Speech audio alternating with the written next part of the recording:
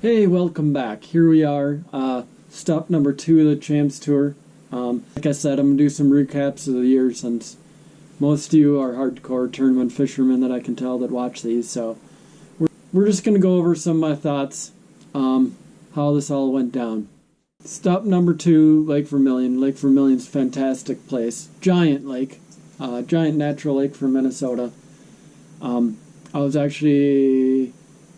Ash and I, my girlfriend, we were out camping right by it, Sudan, and as we were out canoeing, because this event was like right after the 4th of July, we were out canoeing and we saw there was some largemouth on beds on the lake by there. So I knew right away that there would probably be some fish on beds, possibly, but there would be fish shallow. Once again, as I said in the last video, that I knew I was going to fish shallow for the year, just because it's the easiest. There's always fish up shallow. I want to fish deep, but the way the Champs Tour sets up. So, once again, super thankful. Kyle Schuda, right before the event, told me that before I even got up there, hair jig was the deal. And I'm fortunate that I got to fish with a buddy of mine, Reed, up on Rainy Lake. And if you know anything about the hair jig, it started in Canada, started up in the Rainy Lake and all those areas from mayflies, and that's what was going on Vermillion. It was a giant mayfly hatch. Kyle put it into me before I even got there, and I'm like, sweet, I'll bring my fly tie-in stuff, all that. Picked up a rod from him.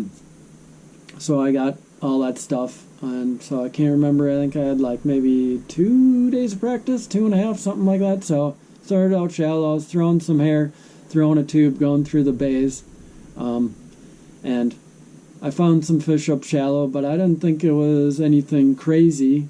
And if you know the way Champs Tour, way they would split it before, that they're going to split the lake, so you kind of got to look at some other areas. I looked at a different area where I actually started the tournament day at. I didn't think it was too great. I had a couple bites. There's actually a really good island that I think I showed the video for a little bit, and that actually didn't pan out. And so I kind of just went rolling with it. I knew I had some bites some places, and go figure, this is what's left of the hair jigs, actually, from that tournament. They are in rough shape, if you can't tell, but that's the hair jigs from the tournament. This one's got nothing left. This one still got some, but that's just one that I tied. So I just started running these points that were in there, and you could just tell one of the things was pattern fishing. And that's what I want to do. That's what I like to do. You can't do that all the time in Minnesota. It's so spot related, just like on the Mississippi where I just sat that one spot. But got lucky. There's a couple of points in the same area. I wasn't going to go run. I had a lot of fish. The way that they split the lake for the Champs Tour was they put this giant part, the good part of the lake, the smallmouth part, the east side, on the morning. It went east-west, and west was kind of ways west. So once I ran all the way this way, I'm like, let's just go and fish a couple of these old places where I had some. Started throwing the hair jig, and it was unreal.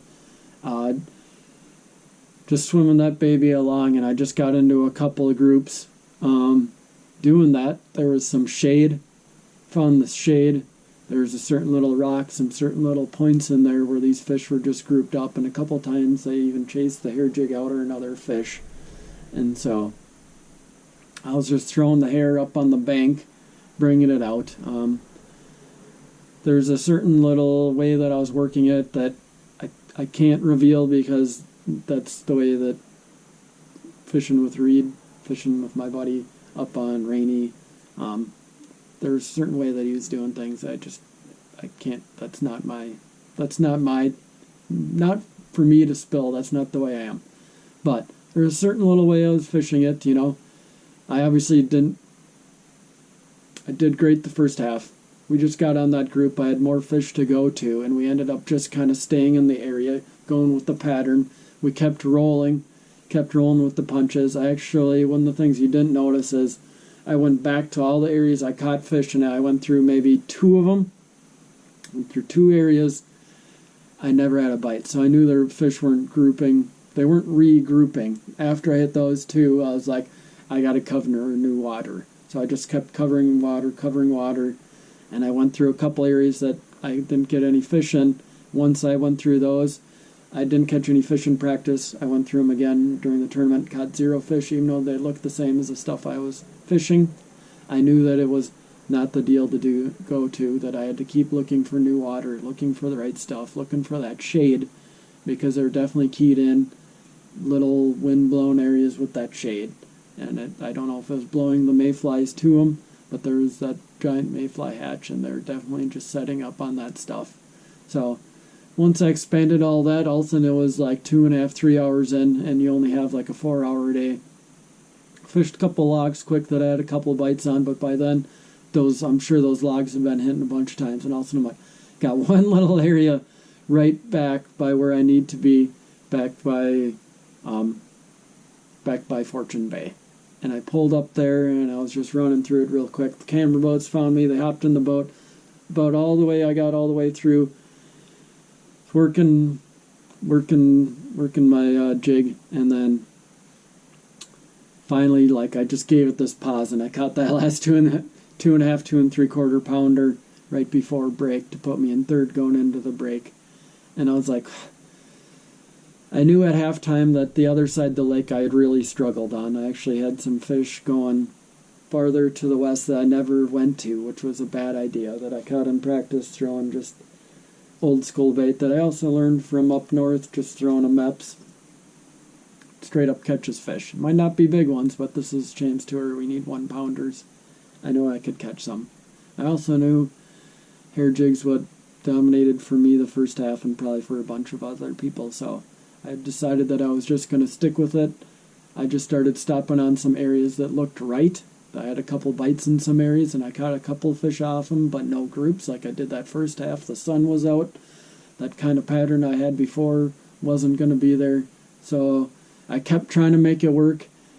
I had that feeling way down inside that I needed to do it, but it just also had that feeling that it just was not happening. I just did not have the bites when they split the lake the way it was. I had very little confidence because the fish that I had, I decided not to go that way because it's a bad choice. I never made it up there as a little bit of a run, and I stuck in the area I was at trying to make it happen.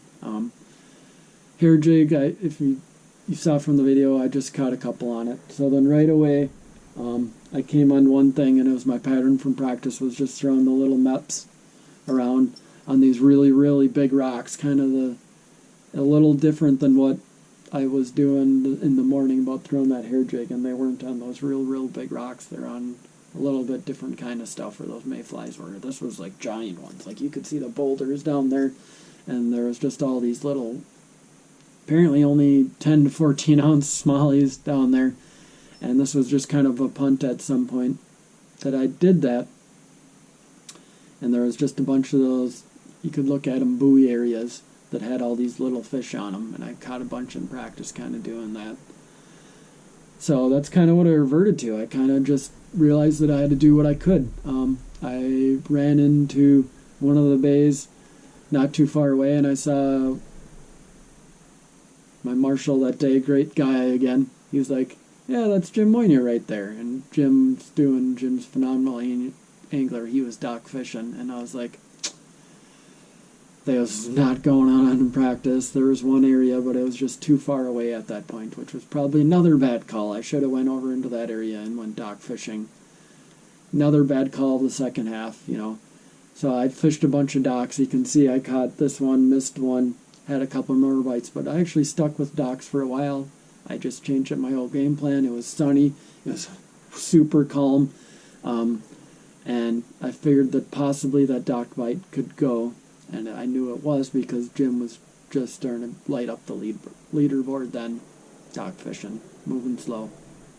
So, you missed it. I fished a whole bunch of docks. Wasn't going on.